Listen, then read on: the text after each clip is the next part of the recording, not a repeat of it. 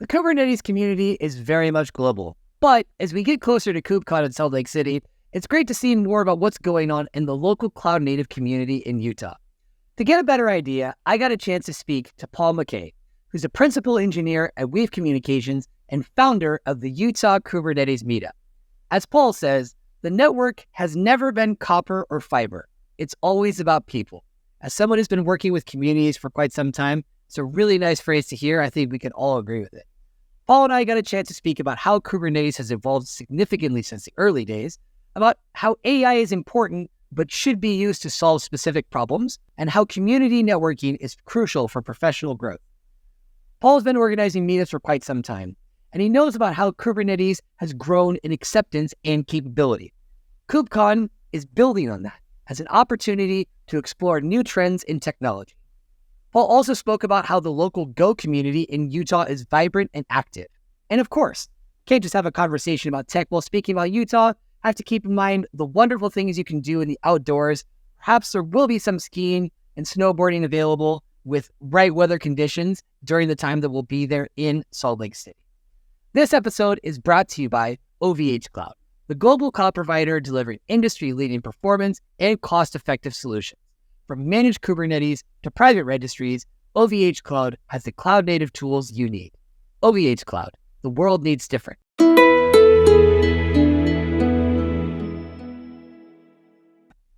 Good. Paul, we're getting geared up for KubeCon in Salt Lake City. You happen to be in that area. Can you just introduce yourself for people who don't know you? Tell me more about what you do and what you're doing in the cloud-native community locally in Utah. Sounds great. Appreciate the opportunity to meet with you, Bart, and we are excited to have KubeCon here in Salt Lake. I started, basically I'm a principal engineer at Weave Communications, which is a unique company that does phone, VoIP, payments, and a lot of other things for patient engagement, dentistry, and all that stuff. So I've been there about 3.5 years. Before that, various background. But where I came from, I'm actually the founder of Utah Kubernetes Meetup, and started that about almost a little over 8 years ago. I got involved with Kubernetes early on. I was at Ancestry.com. I presented at KubeCon actually on our evolution of using Kubernetes at Ancestry.com. It's been about, I guess it was 2017 when I presented at KubeCon. So just really been excited. We've had a lot of great people around us, a lot of growth in the community of CNCF type stuff, as well as in Kubernetes. We have a great Go community actually in Utah, in the Salt Lake area. And so, yeah, that's kind of where I'm at, and just been an engineer for quite a while. Been through a lot of different companies, and just enjoy the landscape that Kubernetes provides, as well as this cloud native. Fantastic. You know, in this particular KubeCon, since you're well familiar with the event and seeing it grow, comparing 2017 till now, what trends or topics are you interested in checking out more during the event? What kind of stuff are you interested in exploring more? Yeah, well, boy, you nailed it when you said it's definitely expanded, grown, deepened, whatever you want to say. Kubernetes is no longer, when I first started it, it was just very, very new. I mean, Docker was still beta, so containers were interesting. I actually was involved with an architecture group at Symantec in software virtualization, so I kind of knew that space pretty well. But when Kubernetes came, it was just amazing, that we wanted to do, the orchestration aspect. But now it's just like everywhere. I don't think there are too many people that don't know the word Kubernetes. And they may not know what the Kubernetes is, but the word Kubernetes is out there. And so I think what I've seen as the growth is just the acceptance. I mean, we were on that early adopter, really, really early adopter of Kubernetes, and now it is less difficult. I actually have been in subsequently a couple of other companies where I introduced or helped influence Kubernetes at those companies, and it was hard originally to promote it. I mean, everyone is either on a colo, they had their own bare metal, whatever, or they went to the cloud with VMs, and it was just really difficult. Now it's not that hard. What I'm looking for is, again, more of that broad spectrum of usage, of acceptance, as well as I've seen it grow so much as far as the capabilities within the various versions of Kubernetes. I mean, early on when you were trying to do third-party add-ons, the CRDs, which they used to call now they're operators. I mean, it's so easy to do that. And so I'm looking for understanding more of where the community is. For years, we've been talking about federation, and that kind of came and went and kind of come again. I don't know if there's still a need for that, but I still want to look to see what they're doing with federation, and also some of the other ideas that they're doing with kind of the lightweight workloads, that they've been talking about. So some of those things. But yeah, just excited for KubeCon, especially because it's coming to Utah, coming to Salt Lake City, and just great to have it here. One trend that is coming up a lot, it also came up in the last KubeCon. In your day-to-day, is AI really a thing? Do you expect it to be more of a thing in the near future? What are your thoughts on that? Yeah, so I think those have been around a bit, have seen several, I don't know if we want to call them bubbles or trends or whatever, hypes, and AI really is not that. I mean, it's new. It's new because there's so much money and backing in it. I was also associated with a company, many years ago with machine learning, and so those technologies have been around for quite a while. I think as anything in software, hardware has gotten really great. So the things that we wanted to do are now a lot easier because of hardware.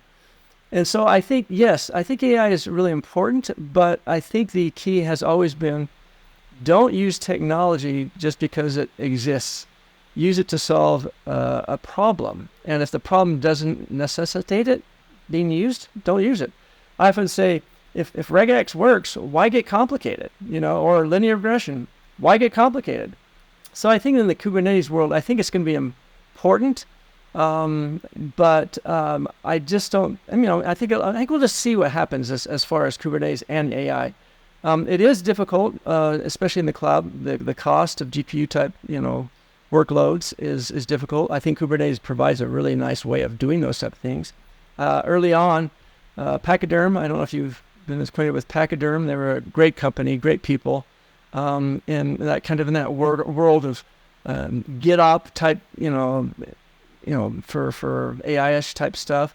I think that always existed as far as being, useful in that community, in the Kubernetes community for that AI workloads. But do I think it's be the next big thing that's going to pop up? I think it's just one of many, really, in my opinion.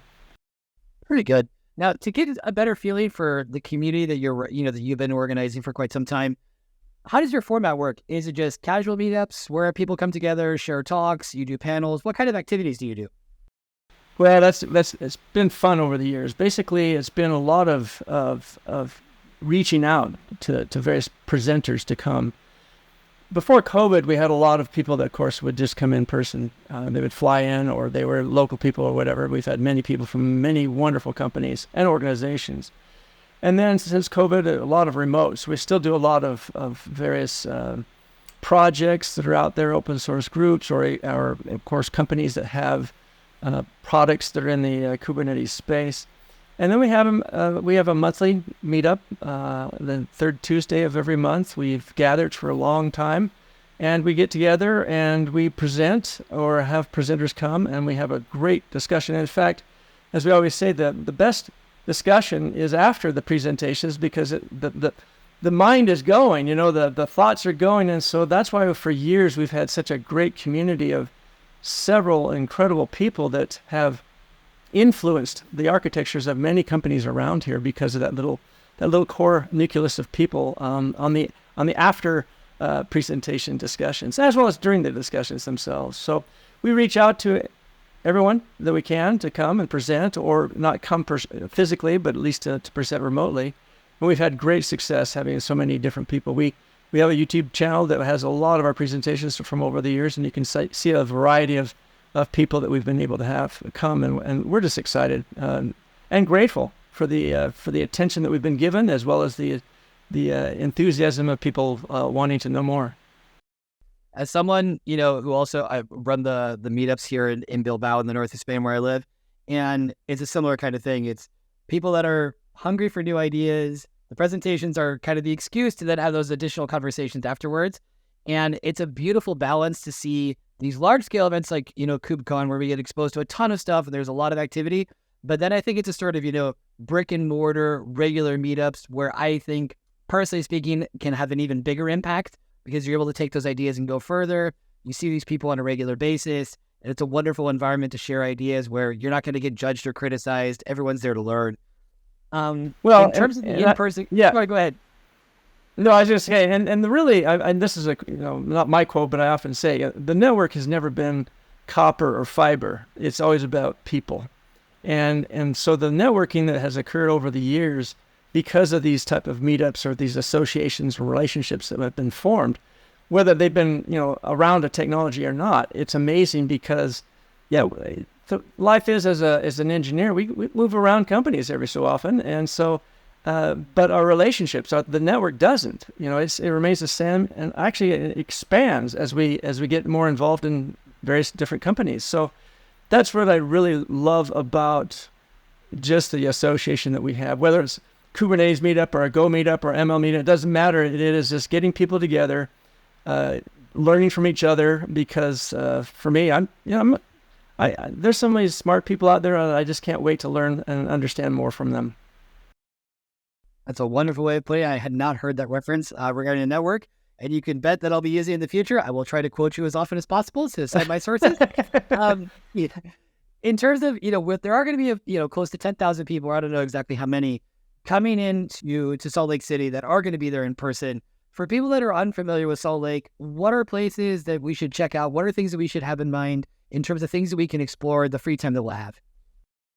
Wow, it's kind of funny when people ask that, because I find that if you're not from here, you know more about what's here.